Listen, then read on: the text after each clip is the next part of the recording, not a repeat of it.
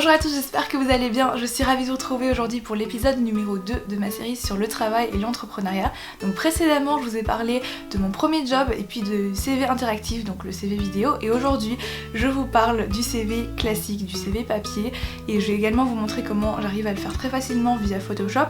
Et puis dans la prochaine, j'allais dire émission, non, dans le prochain épisode, je vais parler de l'entrepreneuriat. Mais pour l'instant, j'en dis pas plus parce qu'en ce moment, je suis vraiment dans les CV. D'ailleurs, si vous suivez mes vidéos Plan With Me, il y en a beaucoup qui me posent des questions, mais en fait toutes les vidéos Plan With Me sont sur ma chaîne de vlog et je vais en faire de plus en plus une fois que j'aurai enfin mon trépied, donc j'ai trop hâte. En attendant, voilà, il y en a une qui a été faite récemment. Si vous l'avez pas encore vue, je vous invite vraiment à aller voir cette chaîne parce que fin novembre, début décembre, il y aura des surprises.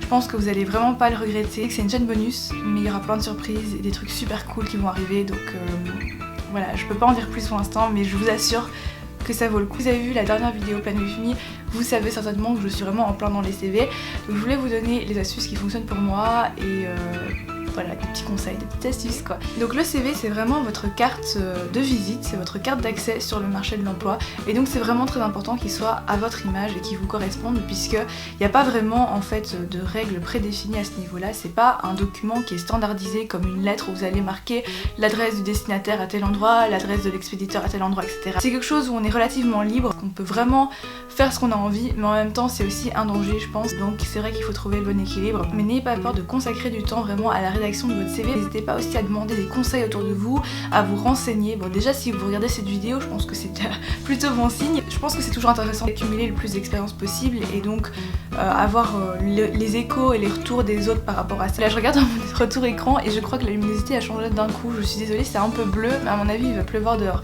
Il fait vraiment pas beau aujourd'hui, mais bon c'est pas grave, je continue. Et le CV donc c'est aussi quelque chose qui va, je me reconcentre, c'est quelque chose qui va vous suivre durant toute votre carrière, donc c'est quelque chose qui va évoluer. Forcément, n'hésitez pas à vérifier à chaque fois qu'il est bien à jour, il doit refléter ce que vous êtes et vraiment mettre en avant vos compétences professionnelles. Bien sûr, c'est pas non plus un roman de votre vie, ça je pense que c'est très important. Il y a quand même une limitation, je pense que c'est à peu près la seule règle vraiment qui existe au niveau des CV, c'est que ce soit pas trop long, parce qu'il faut penser que derrière il y a des gens qui sont en train de les lire ces documents là et parfois il y a des candidatures qui sont vraiment très nombreuses pour un emploi ou pour un poste. Et les personnes elles vont pas, ou elles vont être beaucoup moins attirées en tout cas de lire votre CV si vous leur envoyez un paquet de phrases etc. qu'ils vont devoir déchiffrer, qu'ils vont devoir comprendre. Donc il faut vraiment que ce soit précis, concis, simple, limité. Enfin généralement on parle de 2 pages maximum, mais j'ai plutôt envie de dire même une seule page. Généralement c'est ça la limite que je me fixe. Troisième chose qui pour moi est vraiment primordiale, c'est que évidemment le fond doit primer sur la forme parce qu'évidemment un CV c'est un papier que vous allez pouvoir designer si vous le souhaitez ou pas, mais ça je reviens dans un instant. Mais je pense que le piège, surtout pour les jeunes, c'est que quand vous présentez un CV d'une forme parfaite avec un design hyper original, souvent on parle justement du CV original, ce sont les CV qu'on n'a pas l'habitude de voir, qui impactent vraiment, enfin qui attirent le regard et qui impactent très fortement. Ça peut faire une bonne impression, tout comme ça peut faire très vite aussi une première impression très négative. Donc je pense qu'il faut doser, encore une fois, il faut mesurer en fonction du métier que vous ciblez. Par exemple si vous travaillez dans le médical, je pense que savoir faire du graphisme ça va pas vraiment vous aider. Peut-être à quelques exceptions près, mais là je trouve pas. Donc c'est pour ça que la forme c'est pas vraiment le plus important. Donc si vous n'êtes pas doué en montage, pas de panique, tout va bien se passer aussi. L'important c'est pas de réfléchir à comment va être votre CV, mais plutôt à ce que vous allez mettre dessus. Comme je l'ai dit, si votre forme est trop parfaite, les gens vont peut-être vraiment se demander si le fond n'est pas vide quelque part. Et aussi vraiment ne pas faire de fautes d'orthographe. N'hésitez pas à aller demander à quelqu'un de relire votre CV, parce que j'ai l'impression quand même que ça c'est très rédhibitoire. À partir du moment où on fait des fautes d'orthographe, il y a peu de chances qu'on vous rappelle je pense. Enfin après ça dépend des métiers, mais je crois que dans la plupart des cas en tout cas, vous diminuez vraiment vos chances d'obtenir au moins un entretien par la suite. Finalement c'est un peu comme sur YouTube quand vous cliquez sur un titre super aguicheur et que finalement le contenu il suit pas du tout et que vous êtes super déçu. Donc je pense que vous voyez à peu près ce que je veux dire. Contre, même si vous n'avez pas ou peu d'expérience, c'est pas la peine de mentir sur votre CV. D'ailleurs je pense qu'il y a des législations maintenant qui font que si vous mentez sur votre CV, il peut avoir vraiment des conséquences. Ne le faites pas, c'est vraiment le conseil que je vous donne. Le jour où par exemple vous avez menti à votre entretien sur votre CV et tout, vous êtes pris quand même dans l'entreprise, mais le jour où on vous demande de faire ce travail là et que vous savez en fait pas comment il faut faire, là vous êtes quand même très mal et je sais pas comment vous pourriez rattraper ce genre de situation, il n'y a plus de confiance. Donc je sais pas si ça sert encore à grand chose. C'est vrai qu'une fois qu'on a le contenu, là on peut quand même s'occuper de la forme parce que même si c'est pas le truc le plus primordial, c'est important, surtout dans certains métiers, je pense, dans le marketing, dans la communication, si vous travaillez dans le web, etc. Un document ça reste visuel, donc quand ça accroche l'œil, ça peut être très intéressant. Et je voulais vous montrer comment je réalise mes CV via Photoshop. Alors pour créer mon CV sans devoir acheter de modèle prédéfini sur internet, je viens ouvrir Photoshop et je viens ouvrir mon fichier, un nouveau fichier évidemment, au format A4 qui correspond donc au format papier standard. Et de là je viens créer un calque sur lequel je vais faire une première colonne parce que j'aime bien séparer et structurer en fait le CV, je pense que c'est très important. Donc je mets une couleur assez claire, je vous conseille vraiment de mettre des couleurs plutôt claires en fond là où il y a du texte parce que sinon c'est assez désagréable, c'est comme les PowerPoint qui sont trop foncés avec des écritures illisibles. Ensuite je viens prendre une photo, évidemment sélectionner une photo professionnelle. Je viens prendre l'outil cercle pour donc avoir cet effet de découpage en rond que je trouve plus professionnel. Alors je sais qu'il y a toujours ce débat entre est-ce qu'il faut mettre ou pas sa photo sur son CV parce que c'est peut-être discriminatoire, etc. Alors sachant que de toute façon j'ai des origines asiatiques et que si je rencontre mon employeur, ce qui va arriver si je travaille chez eux, il vaut mieux qu'il le sache tout de suite quoi, donc je préfère toujours mettre ma photo, mais c'est mon avis et vous faites comme vous voulez bien entendu.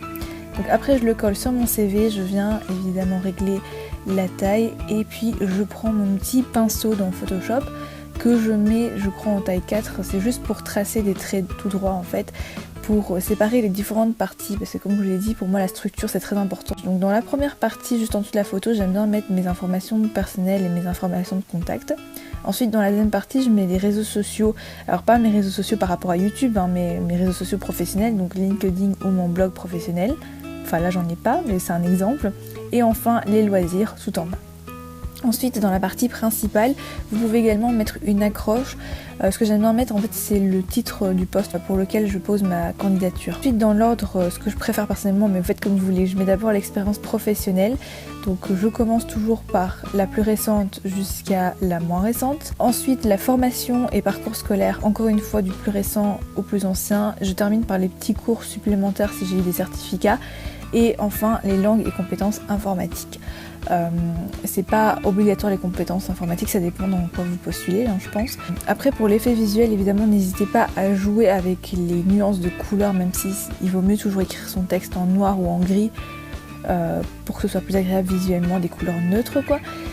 Mais l'astuce qui fonctionne le mieux c'est vraiment de poser des petites icônes au lieu d'écrire le mot en entier. Par exemple pour le téléphone, je viens poser une icône de téléphone. Pour les formations, je vais mettre un certificat. Ça permet de faire passer le message visuel beaucoup plus facilement et de manière plus agréable pour son CV. Comment je réalise à chaque fois tous mes CV. Il y a moyen aussi de le faire avec Word et pas Photoshop, mais je vous avoue que je suis plus à l'aise avec le logiciel de montage. J'ai vu certains de mes amis faire des trucs de fou avec Word, mais moi c'est pas trop mon truc. Donc à vous de trouver ce que vous souhaitez. Je pense qu'il y a moyen de le faire aussi avec InDesign ou d'acheter donc des modèles sur internet. Je pense que c'est quand même important de toujours l'adapter à soi, même si vous prenez un modèle, puisque au final votre CV ça vous représente vous-même. Donc le plus important c'est de rester vous-même. Comme je vous ai dit, ça sert à rien de mentir, mais ça sert à rien non plus de tricher. Essayez de correspondre à des valeurs sociales qui ne vous ressemblent pas, parce qu'au fur et à mesure du temps vous allez peut-être être engagé, mais après vous n'allez pas vous sentir bien dans une entreprise. Et quand même aujourd'hui le travail c'est quelque chose qui a une grande place dans notre vie, qui nous prend quand même la majorité peut-être de notre temps en journée. Du coup je pense que c'est important non seulement de trouver un travail, mais de trouver aussi un travail qui nous plaît vraiment. Donc c'est pour ça que je vous invite vraiment à rester vous-même, et c'est en restant vraiment vous-même, authentique, que vous allez attirer ce qui vous correspond le mieux je pense. Donc voilà, si vous galérez un petit peu, je sais ce que c'est de galérer à trouver un travail. Je pense que tout arrive pour une bonne raison, que vous finirez, si vous êtes motivé, par trouver ce que vous souhaitez vraiment et ce qui vous correspond vraiment. Donc ne vous démotivez pas, ne vous découragez pas. Vous allez y arriver. Je vous souhaite beaucoup de courage pour tous ceux qui sont en ce moment dans la recherche d'emploi ou qui ont envie de changer de travail et qui vont faire des CV, etc. Donc voilà, j'espère que cette vidéo aura été utile, vous aura un minimum aidé. Donc voilà, j'ai été ravie en tout cas de partager ça avec vous aujourd'hui. N'hésitez pas à me rejoindre sur les réseaux sociaux où j'essaie de poster quotidiennement pour plus de bonus, pour continuer à me suivre. En tout cas, merci pour votre soutien, merci d'avoir regardé cette vidéo. Je vous retrouve très très bientôt dans une prochaine vidéo sur un autre sujet. Donc prenez soin de vous en attendant et à très vite.